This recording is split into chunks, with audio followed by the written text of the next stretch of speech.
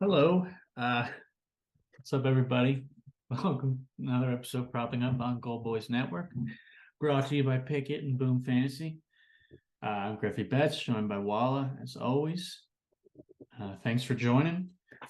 Should be a fun show. A couple guys who can't seem to remember how to win a hockey bet. They try to win some hockey bets tonight. I don't know. Tonight could be the night. How we doing, Walla? It feels like every day hope comes back up, and then around at 9 p.m., it's like, what am I doing? So, is that how you're feeling as well? Uh, it's been a little rough stretch. Last night I luckily um my one the bet that I won was the one I put more money on looking at Chikrin shots. So glad that happened. Saved me a little bit that last night. But yeah, I've seen a lot of people getting kind of frustrated lately, which it happens. I think there's the ebbs and flows and just a lot lately, a lot of putting in the research and then just the variance is happening right now. So it's been a little tough.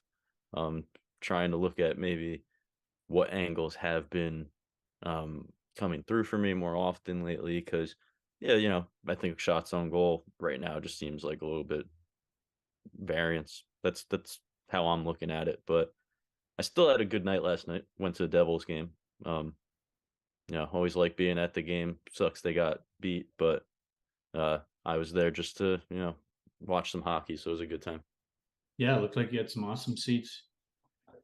That's great. Yep. I feel like the Bruins are so expensive, and if you get a seat, it's like in the nosebleeds. It felt like you were like 6 rows behind the bench.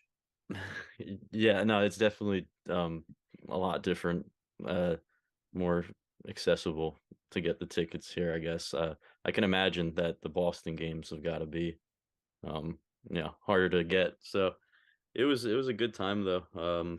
I got to watch Timo. Always liked him on the Sharks, so getting to see him there was fun. Wish wish Hughes could have had a better game. I was looking forward to watching him do a little bit better, but yeah, it happens. Does I do think we should clean up a little from Monday's show. Not clean up, but we went into Monday pretty blind, like we are again today. But we did lock in a plus 710 bet as our pick and play of the day, and it did come through. Mike Matheson to score. So while this may be a meandering journey, we have 4 games. Just take some notes, and we'll definitely recap some of our favorites. We did throw that winner out into the universe, so that certainly saved my bacon on Monday. So maybe we'll find something similar today. Yeah, that was a fun one for sure. And came through late too. Well, yeah, later in the game, so it was just like a kind of felt like, all right, took a shot on it. Maybe it wasn't going to happen, but oh man, that was exciting. Love those ones. And I don't think we talked about this Monday because I don't think it was out yet, but I mean, a pretty exciting development that hopefully is here to stay with FanDuel's same game parlay. Not only back, it's opening very early. You can same game parlay shots again, and it doesn't have to be the same value like it did in the beginning of the year. You can pair a guy to get 3 with a guy to get 2 in the same game. You can pair them with guys to score goals in that game as well. Definitely hoping that's here to stay because that just really opens up a lot. I've sort of, since that opened, I've been running a lot of experiments that mostly have lost so far. Just trying to do some low risk, test some things out because it's just exciting. And seeing that it was pulled out from under us in December, January, I'm just nervous that maybe this is going to go away at some point. So trying to capitalize on it while we have it. So that's definitely exciting. If you're not on FanDuel yet, but can be, you should certainly make an account. Yeah. I it reminds me of if anybody was following along with us last season, kind of when you first got into uh doing shots on goal bets, you would bet the guy to get his shots and then put a little bit on him to get a goal. And I mean, obviously it doesn't work every time, but there was a lot of nights where we were betting on some guys and they end up scoring and then we're sitting there like, oh, hope he gets his couple shots, or you see him start racking up shots and you're like, all right, the goal's coming. And yeah, it makes it real interesting being able to combine some of those things now. Um, if you really like a guy one night, and you think he's going to get shots and can score. Now you have you have the option here to make some nice looking plays. So it's really cool. Yeah, definitely. I did share an article I did for PropSec Cash, who's a friend of Gold Boys Network. I'd love for you to read it if you haven't yet. It was a lot of fun to do, but basically the theory was, if you like the guy to score that night, maybe is it worth tacking on them to get 3 or 4 plus shots? So I just wanted to go back, look at some of the studs who score the highest frequency and how often when they score, 3 or 4 shots were also part of that game. Pretty frequently was the main theme. The average of, I think I looked at like top 15 guys, when they score, there was also 3+ shots for them in 81% on average of those games, if that sentence makes sense. Mm-hmm. So, I mean, like McDavid last night was minus 140 on FanDuel to score. I tacked on his 3 shots and it became minus 102. Just a nice way to eliminate some juice or, make a guy a better price. It's not foolproof, but it is pretty correlated. I Yeah. found it interesting enough that I'm definitely going to try and run a couple more experiments. I already have a couple in for tonight. And I don't hate some of these guys to get 4 shots too. It just seems like a fun way to pair one guy for a big game and get a nice price. Yeah, especially some of these guys who, when you like to look for a goal scorer, you definitely like seeing plus money, seeing that high return. But some of these guys have gotten to the point where, they're minus 130 sometimes, minus 140 to score a goal. And it rightfully so for some of these guys how often they're scoring. But then you look at the like you said, the hit rates for the shots, and no, it's there. So it's a good way.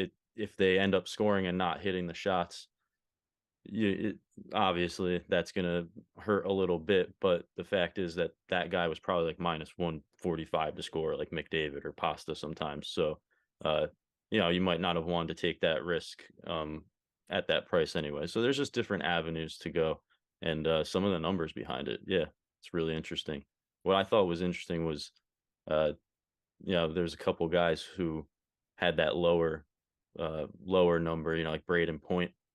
Um, he could get a goal and not hit his 3 shots. It was a little bit lower than some of these other guys. Hmm. So it's cool to see who, maybe we were looking at it the wrong way, using shots in their shots in a parlay when really you could just be more getting a better return on play in their goal or something like that. So Point's one of those guys that he's just like, he could just be shooting no shots a game, and then like third period just fire one off and it's a goal. It's just, it happens so frequently. I know he had a ton of games in there where he scored twice and ended with 2 shots. It was pretty remarkable. Yeah. Ranted and 2 had a couple of those games, so it was funny to see. Why don't we stay there for a second and talk one play I did lock in? I think we should jump right to Colorado Toronto. TNT game tonight. 2 loaded teams. I mean, it's a pretty massive game, and I certainly like looking to the stars on a national TV game like this. Hmm. Matthews is a guy, Austin Matthews, who's been very correlated lately. He's scored a goal in 3 straight. He has 4+ shots in 5 straight. And he's had some real nice games against Colorado. 6 goals in his last 3 against them, and twice last year he ended with 8 shots. If you like Matthews to score, you could play it straight. It's actually now even money on FanDuel. It was minus 105. But you could tack on 4 shots there and it becomes plus 157. You could add 3 shots, which is what I did, and it's currently plus 121. And I have it up when Matthews does score. He also gets 3 shots in about 93% of those games. So it felt like a no-brainer. If I think he's going to score, which I do in a big game at home, I'm throwing on a simple 3 shots. Yeah, he has a 83% hit rate on the season, I think I just saw for that number. So Yep. yeah, that's that's solid. So that's a real good way to try to get a little bit bigger return on some of these guys. Uh we've talked about, like you're saying, these games where you just get 2 stars going up against each other, and maybe you're looking through some of the numbers, and you might not be confident in a ton of shots in the game, but a lot of times when these two superstars kind of collide, they can start feeding off each other.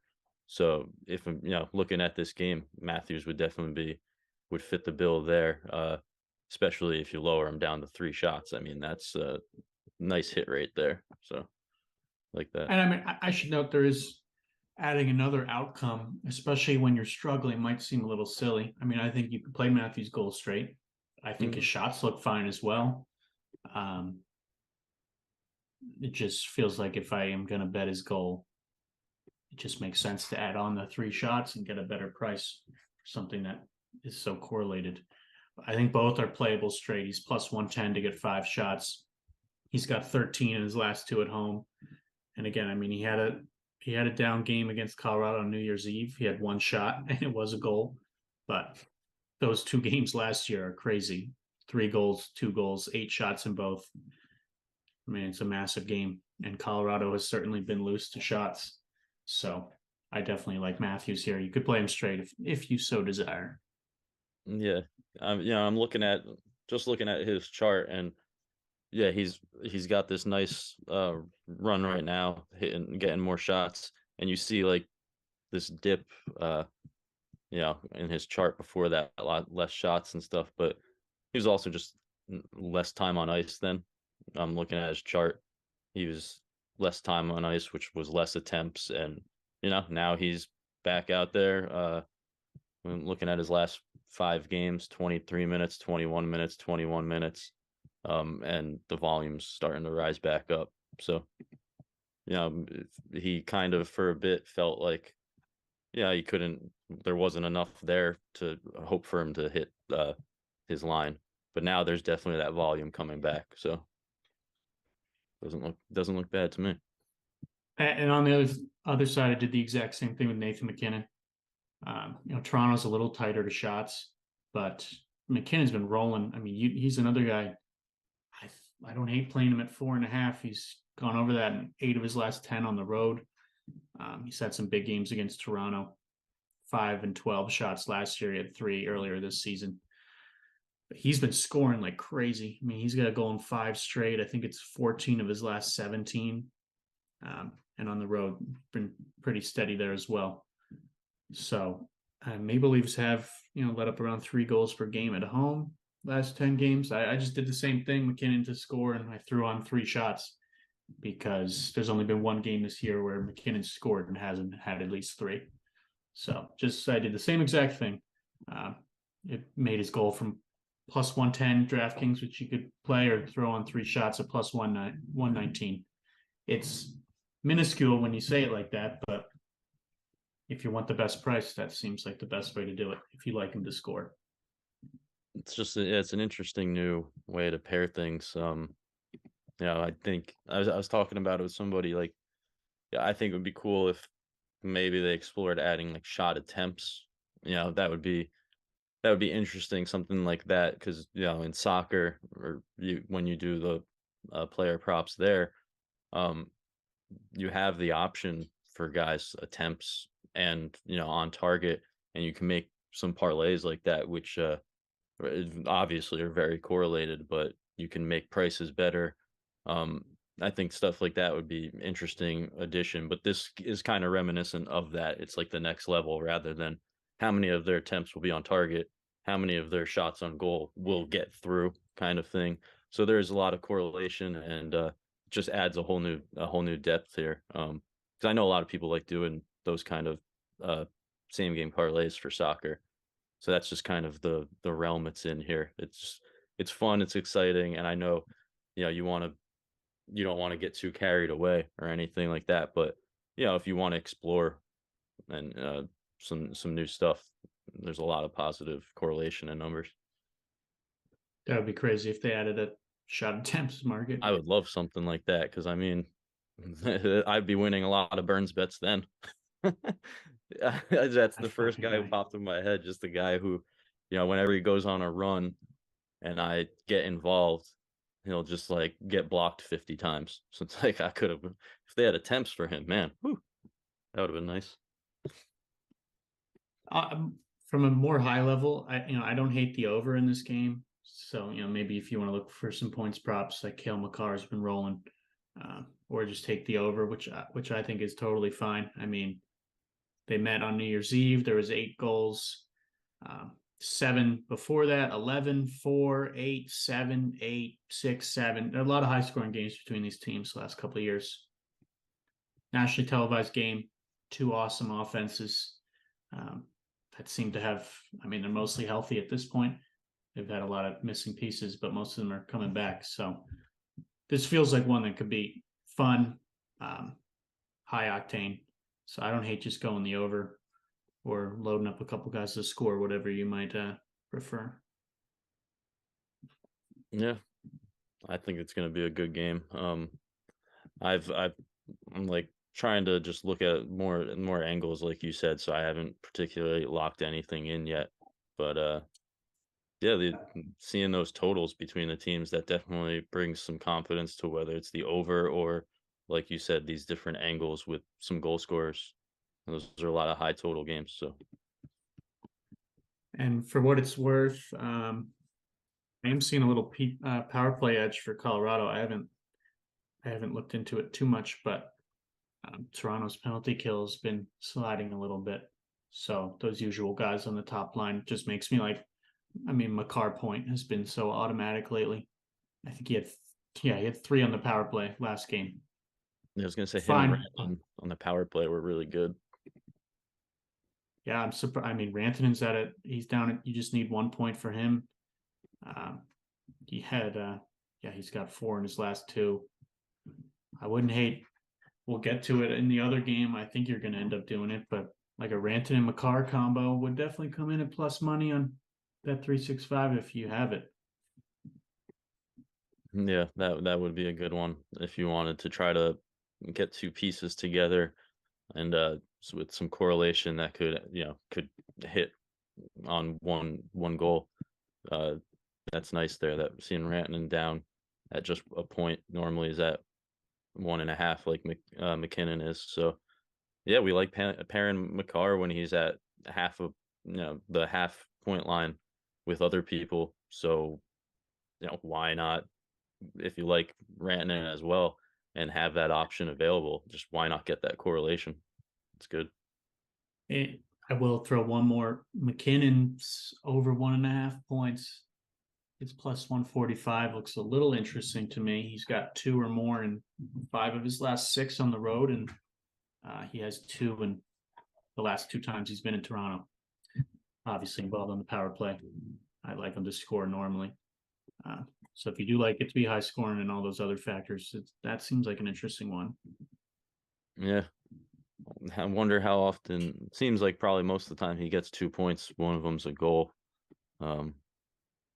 It's been a little bit since he's had a 2 assist game. So he's got yeah, 2 sense. points in half of his games this year, so plus 145 is a pretty nice price. I don't know who's in net, but I almost don't care. I just kind of expect the offenses to dominate here. Yeah, that's with how many goals he's scoring lately. If he's gonna get involved and can net a goal, and there's a high total in this game, very good chance he's assisting on a Rantanen goal or Val or something like that. So not awful. Toronto, if you're saying if like their power or penalty kill is starting to show a little cracks, that's not a good opponent to have coming in, the Avalanche. So Anything else this one, or do you want to bounce back to Buffalo, Washington? yeah, I'm fine with going into that game. All right. So last I heard, Washington played last night. Now they're at home. Ovi did not play yesterday. I don't know if he's back today or not, but it's sort of led to a delay in any Washington props. I think wait and see there, but the Capitals should be able to find some shots against Buffalo. Most teams do. But until we know about Ovi, it's almost not worth trying to explore that. But for one, I always like Buffalo to find some goals. And don't feel any different here against a backup goalie. Capitals letting up almost 3.5 at home last 10. And Tuck is back, and you saw how, I mean, he missed a couple weeks and didn't miss a beat last game. 2 goals, 5 shots. So that top line back together, Tage, Skinner, Tuck, all look good again. Yeah. I can't decide on the 3 of them at all. Normally when Tuck was out, it was easy decision. Just all right, Tage and Skinner, pair them together, get some plus money, which still, I mean, it still looks good. Now I'm sitting here like, do I just throw Tuck in there as well? Because they're just they all just get points, so frequently, and they're on the same line. So, you know, they could all be involved together, or even if the team just scores twice, there's a really good shot that you could see them all get involved. So that's where I'm at right now, is just kind of trying to decide, do I just pick 2 of them, or do I just go for all 3 today?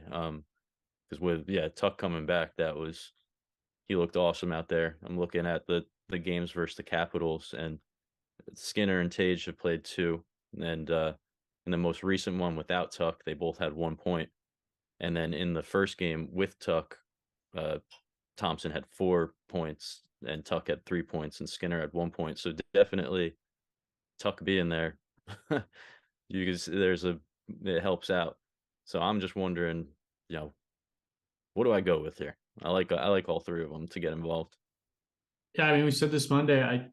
If you have bet 365, I think you should just bet Tage and Skinner point parlay every single night until their season's over. It's been hitting at about a 70% rate, 2 of them together. It doesn't even matter who they're playing. It's always plus money. It's gonna lose some, but it just seems like a set and forget when Buffalo plays. To just combine those 2 and maybe Yeah. dabble with Tuck as well in a couple 2-man combinations, maybe. Yeah, I'm just looking at, even Tuck's chart for a point, 66%. On the road, that goes up to 70%, where he's had a lot of 2-point games, 3 2-point games in his last 5 on the road, which I know he missed some time, but yeah, it just all looks very tempting. They're all just so consistent. This is another. I mean, if Ovi plays, I kind of missed what happened with him. I could see this game going over too. I mean, the last couple meetings have all hit 7 or more, and I'm seeing 6 of its last 7 have gone to 7 or more, and it seems that we're getting a pair of backup goalies in net. Washington hasn't been scoring a ton at home, but Luukkonen, he could certainly help the cause there for Washington. I would just like to see Ovechkin on, ideally, but I could see goals on both sides here. Buffalo just always seems to be in those high scoring games. Yeah, I'm looking at the Washington points, and Ovi's not there, but they have lines for the other guys, and I would think that the lines are maybe showing that they think Ovi's not going to be in. I mean, there's Man, some decent point lines. that is a bummer, because have you looked up Ovi's game log against the Sabres? I not I not wish recently, but I think the oh last time they played, I remember it being nice. man, I wish you could see my screen, but like dating back to 2021. Well, I mean, okay, they played twice this year. Goal, 7 shots, 2 goals, 7 shots. Uh, Game prior, goal, 3 shots, and then basically goes on and off of goals, but he has 6 shots every game, dating back to 2021. Guy, that's a bummer. I'd love to do talk about a guy I'd like to pair for a goal and some shots, but Yeah, I'm looking.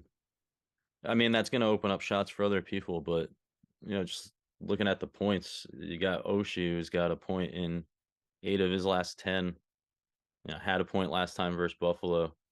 And he's at minus 122. I mean, that's an all right price if you think Washington will score, and if Ovechkin's out, somebody will need to step up. And I feel like, well, oftentimes it could be, Oshie.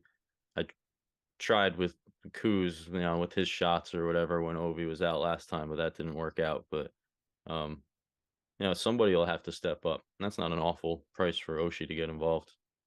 No, I'm seeing Oshie with a point in 5 of his last 7 that Ovi's missed. Same cannot be said for Kuznetsov. Anyone else you want me to look up real quick? No, I mainly Oshie's just always kind of, if I'm not looking at Ovechkin on the Capitals, I feel like Oshie is pretty decent for props. Even just remembering last season, he got hot for a bit, scoring a bunch on being good on the power play. If Ovi's not in and they go on the power play, it could be Oshie who's the one who gets like a nice one timer, gets something. I don't know. That's just how I'm looking at it. And yeah, that's nice seeing 5 of the last 7 without him. He got involved. So that's where if they, I don't know if they've announced anything with the lineups, but it's kind of where I would look. He's got a goal in 5 of his last 10, plus 180. That's what he had against Buffalo last time they met. So if Ovechkin's out, definitely could see Oshie stepping up, getting a goal, at least a point. Only other thing of interest I'm seeing so far is Tom Wilson's got a goal in 2 of his last 3 without Ovi. One was on the power play. Besides that, nothing of interest. I did bet Tage and Tuck, those same combination I did in the other game. I bet them both to get 3 and a goal. I only did a half unit on Tuck, but I just think Buffalo's going to find their shots. I mean, the Rangers poured it on against Washington last night. And Tage has had just some monster games against the Caps this year, 5 and 7 shots and 4 goals, like I think you mentioned earlier. And Tage screwed me last game by not scoring because I had him in a little lotto, even though he got 7 shots. So little redemption tour for him. And then always seems to work that way. I mean, Tuck 5 shots, 2 goals last game. He's got 5 in his last 2. And he's scored in I think 5 of his last 6 or 6 of his last 7, and he had a goal in 4 shots last time. So I ran both those combos as well in this game. I'd love for them both to win. I do think at least one is going to come through. But watch Jeff Skinner have a hat trick in 10 shots. Yeah, I'm gonna have to get their points involved in this one. And I'm just looking too, at shots. You look at Tage's, like you said, his last couple games against Washington definitely look really nice. He's also just been better in away games, which is weird. Last season it was like just the joke every time he was playing at home. You'd play his shots last season. But yeah, he's been a little bit better on the road, especially if you drop down to 3 shots, where he's got 78% hit rate on the road, and might make you feel a little bit safer too with Tuck back in the lineup, getting him at a shot lower. Wonder what, I know it's up. Could probably look what both of them at like 3 or something like that. Could definitely see same game parlay with some of those guys being nice. Yeah, I also liked Buffalo for shots. Washington's been pretty penalty heavy lately, so that usual cast of Skinner, Tage, and Tuck are all really involved. So hoping for a couple chances there. But yeah, Cousins. We didn't even talk about Cousins. He's been hitting his shot line recently. 7 of his last 10, 5 of his last 6. He also 8 and 4 against Washington. So this matchup has really yielded plenty of shots for Buffalo. Yeah, he had a hat trick too last game. Although, granted, that was without Tuck for whatever that's worth. But I mean, he did have 4 and a goal last game when Tuck was back. So maybe it doesn't matter that much. Yeah, a lot of good looks here. Be interested. Okay, none of those goals were on the power play. I thought Cousins, because Cousins has been pretty involved in the power play. I thought maybe he took Tuck's spot. He might have. Not something I have in my memory banks. Maybe he's still up there, but that he's still on power play 1 with Tuck. Yeah, Cousins looks pretty solid there too. His points at minus 110. Wow. Wow, wow. That's Huh. pretty. Let me see. Look at his road chart. He's got 3 points in his last two on the road. Um, point and 6 of 10 on the road. Obviously, the points versus Washington. Um, that's a minus 110. Nice price there if you don't like parlaying stuff. If you don't like putting two guys together and having added risk of a second leg. Minus 110. Cousins could get involved on the power play with these guys. They they do a lot of damage on it. So Yeah, that's a good flag. I might have to play Cousins. had a power play point last game. Not that he has like a lot on the season, but power play point last game. One in the first game versus Washington. Obviously, point way safer. So yeah, that's just nice little confidence there. If you do like his point, that he can get involved in the power play. It doesn't happen as often as some of these other guys, but just extra boost there, especially against Capitals right now. Yeah, I think I probably prefer his point to his shots.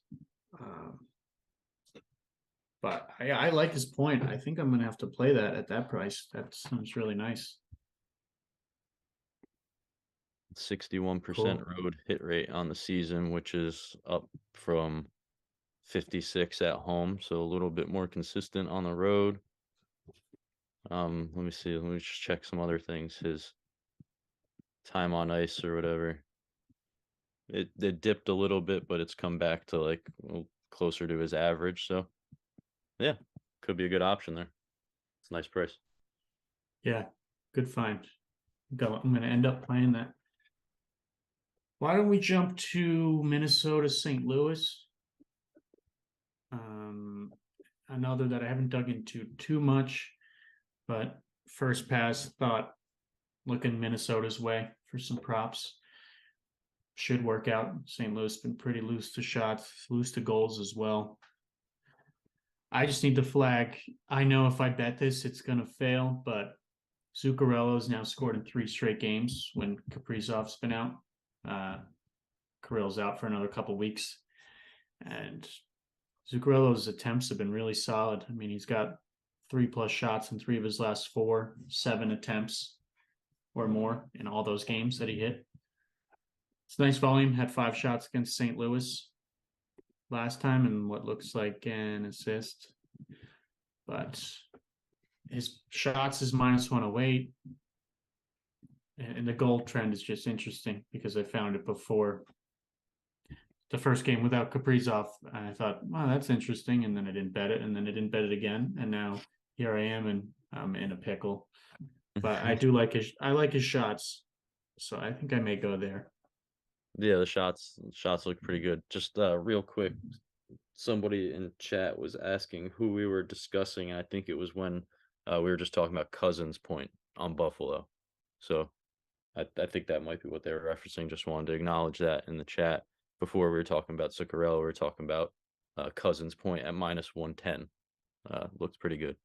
But yeah, Yeah. back to this one. I think he looks great. I unfortunately bet him the game against the Sharks, Zuccarello, where he didn't score or didn't get 3 shots on goal. Me too.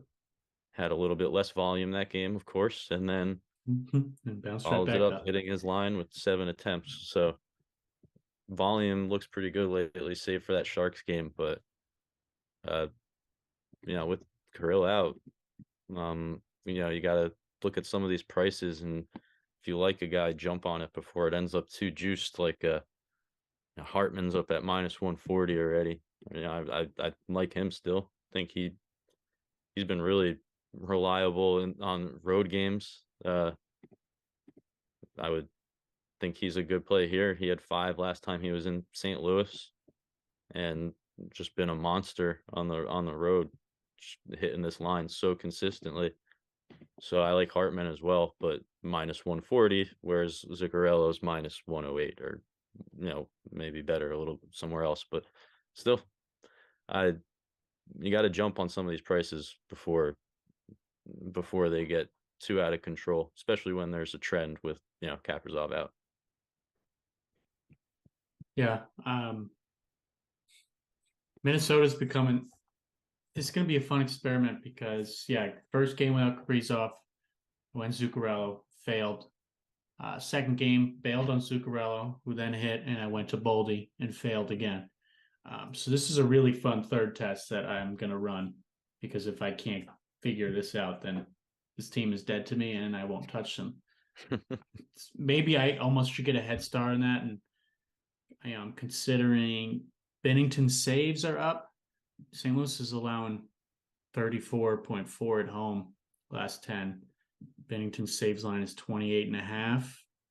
At home, he's hit that in 6 of his last 8.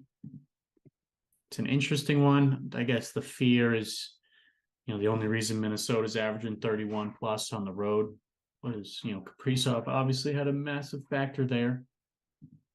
First game without him, the Wild had 29 shots and then they had 34, which was, against Arizona, which almost doesn't really even give me that much confidence. So I probably can't do that saves line because I don't know. That number is only there because of Kaprizov, but I don't know. I'm probably going to go Zuccarello. If he fails, then I'm done with Minnesota. So win-win almost. Cut out a team from the process to really speed things up. Yeah, no, that saves line is interesting. And I guess like you're saying, so without Kaprizov there, obviously that could hurt him lose a couple shots.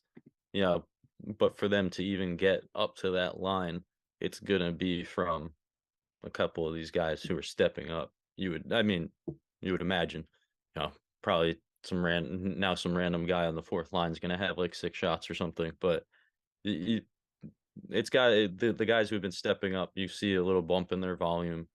So if you're liking that saves line, there's a good chance that one of those guys will have a factor in that.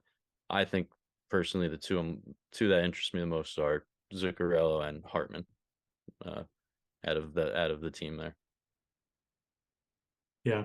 What about on the St. Louis end?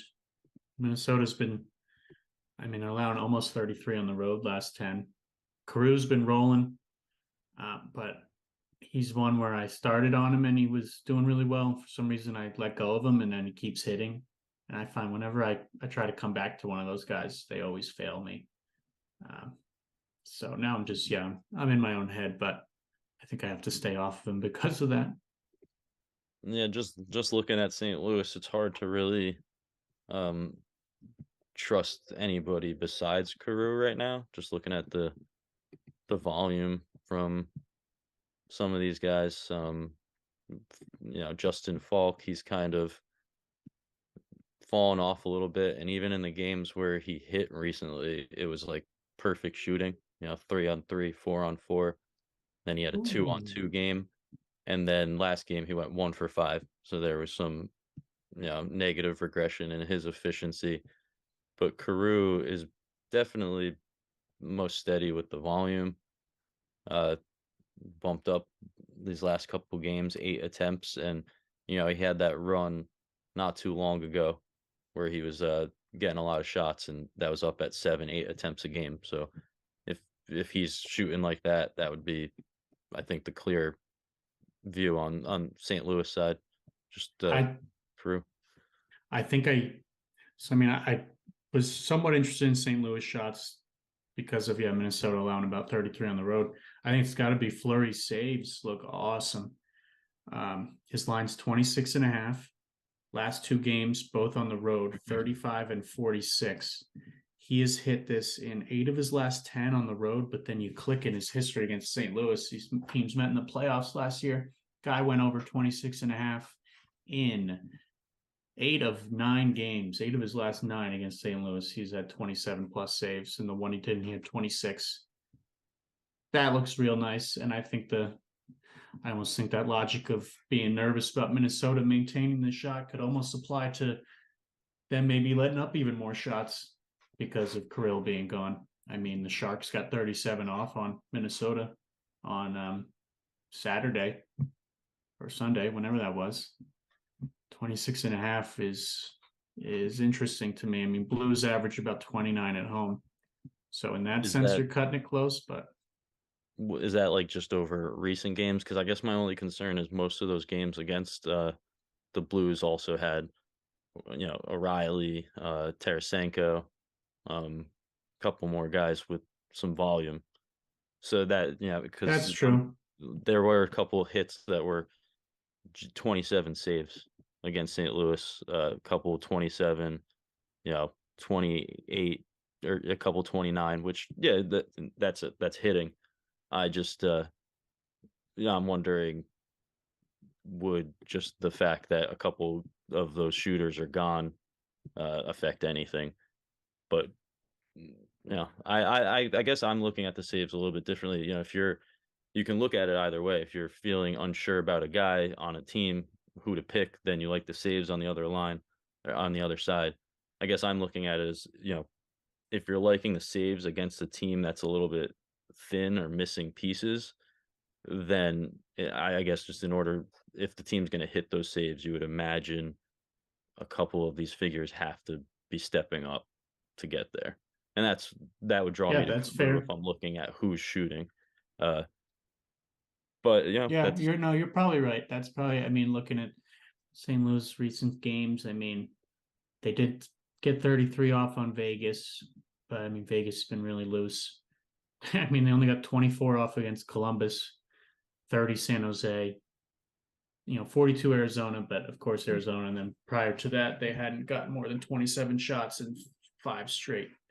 Um, yeah, so they are pretty shorthanded. You're probably right that I that would past imagine the history games they're probably doesn't hitting are the matter. ones where Carew is having been hitting too. If they're getting more shots lately, we also see Carew getting more shots on goal lately. So it could Yeah, I mean, be hand in hand there. yeah, that's an interesting. Yeah, I mean, Cruz hit in what, 4 straight, and the Blues have 30 or more in 3 of those 4. And then And prior then to that, he'd been under and they had been under. So yeah, it's yeah, there's interesting. obvious correlation there. Just a way to look at it. If it just depends on your angle and what you're comfortable with, because obviously we've seen games where we bet these stars and they don't do anything, and then a couple guys on the team that you never would expect just blow up and take shots. So it could happen.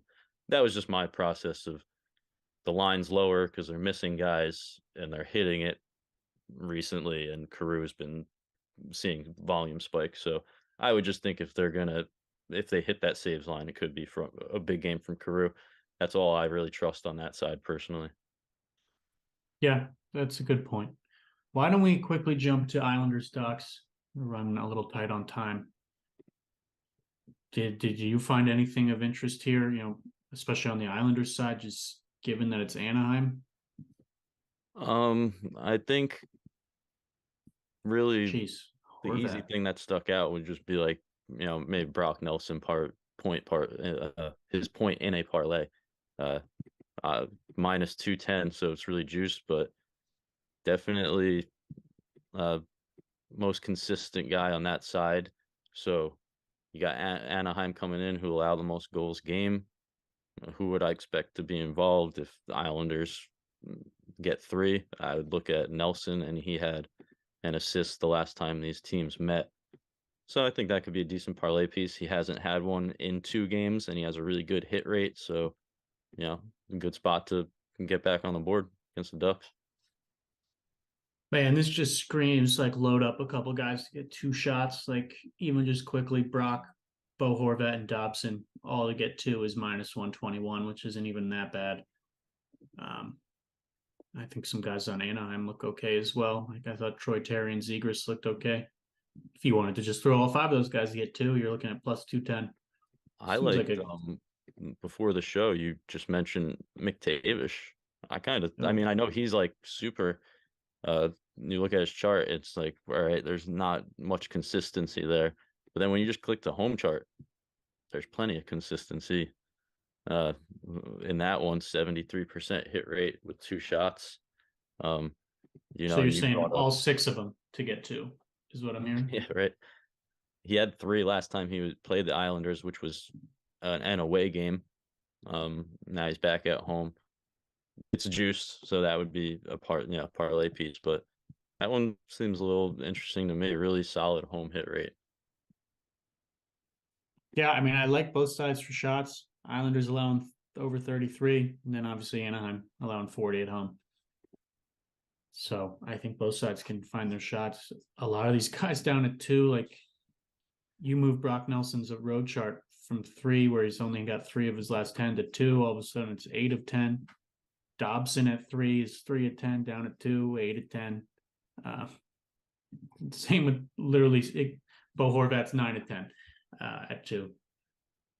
I do think I'm going to play it a little conservative here and load up some of these guys to get a measly 2 shots against the best team they possibly could target. Man, I want to love Dobson. I don't think I can at his minus 130 price. I want to love it because of the matchup, but I'm just looking. His time on ice is, down compared to the majority of the season. His volume is not too different though from where it was most of the season, but he just hasn't been that consistent, and it's such a great spot. I just his time on ice has taken quite a dip. When you just look at earlier on in the season. Yeah, that's weird. Worried. Yeah, I don't love him at 3 at the price. I do like him at 2. But yeah, I mean, those 6 names I threw out, I honestly might. Maybe I'll drop 1 or 2 to try to be conservative, but Nelson, Horvat, Dobson, Terry Zegras, McTavish. To get 2 seems pretty reasonable to me here. Plus 385, the 6 of them. Maybe that's a little ridiculous. I might drop maybe 1 from each side. I almost want to drop Dobson the most. Because it's so like Horvat, man. He crushes the Ducks. I wish he was a little bit better price for his 2.5. I don't think minus 145 is completely reflective of his season overall, but the matchup thrown in there, I understand. He has some really nice games against the Ducks. Obviously hits the 3 line more consistently than 4, but could be a look for an alt line today. He's had some big games against the Ducks, and let me see. I think I saw when you go to his road chart, there's some big games in there when he does hit. So this could be a good spot for him if you want to go an alt line route and go for some bigger return on some of these guys. We always like targeting the Ducks. Horvat looks good to me today. Agreed. Should be a fun game. Definitely going to load up something for this one. All right, why don't we recap, get to best bets. I mean, I threw out some this morning in Go Boys already, but those combos that I also highlighted in that props.cash article, I'm running all those. So I'm hoping for some good stuff with Matthews and McKinnon and Tage and Tuck. Just paired all of them separately to get 3 shots and a goal. I'm excited about, but some other ones, I think Cousins' point looked good, Zuccarello, and I'm definitely interested in McKinnon over 1.5 points at plus 145 is one I walked away liking.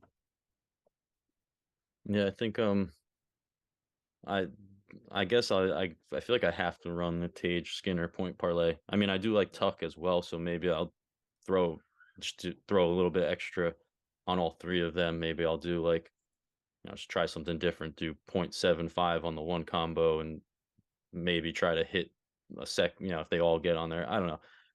There's those 3 guys I can't ignore them getting points, and there's just so much correlation. But yeah, Cousins' point I really like.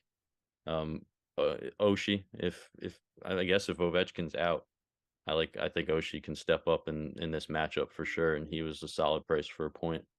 So lots of point looks, it seems like today for me. Do we have one we want to make the picket play of the day? I kind of not. Oh, do you have a plus 710 that you want to make the picket play of the day today? I don't. What are you thinking? I I think we go Cousins point. Okay. Dylan Cousins, Buffalo, -110. Thanks to Pickett, I saw best price was DraftKings and MGM. Both had him at -110. Yeah. I'm in. Do you want to remind the people why we like it? Because I almost forget, but I know I love it. Oh, so yeah, I like the added factor that he can be involved on the power play, though most of his points don't come from that. It is just nice seeing that against the Caps recently. He has had a power play point against them. He has points in uh, both games against them. I think you even pointed out that he had uh, the hat trick in the most recent one. He had an assist in the other one.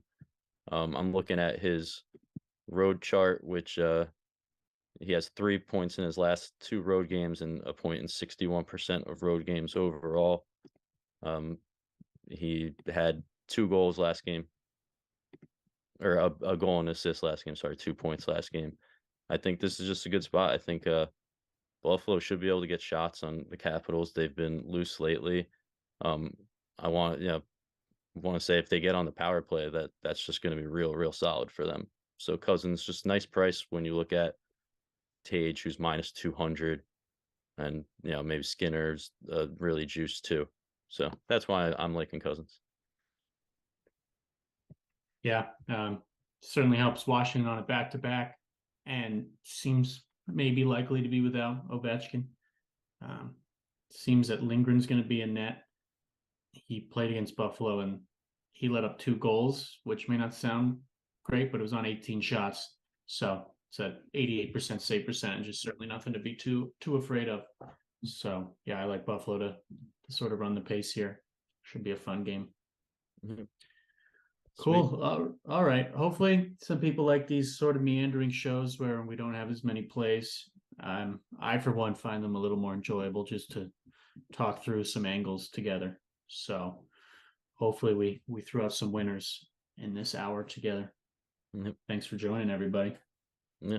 Thanks a lot and good luck.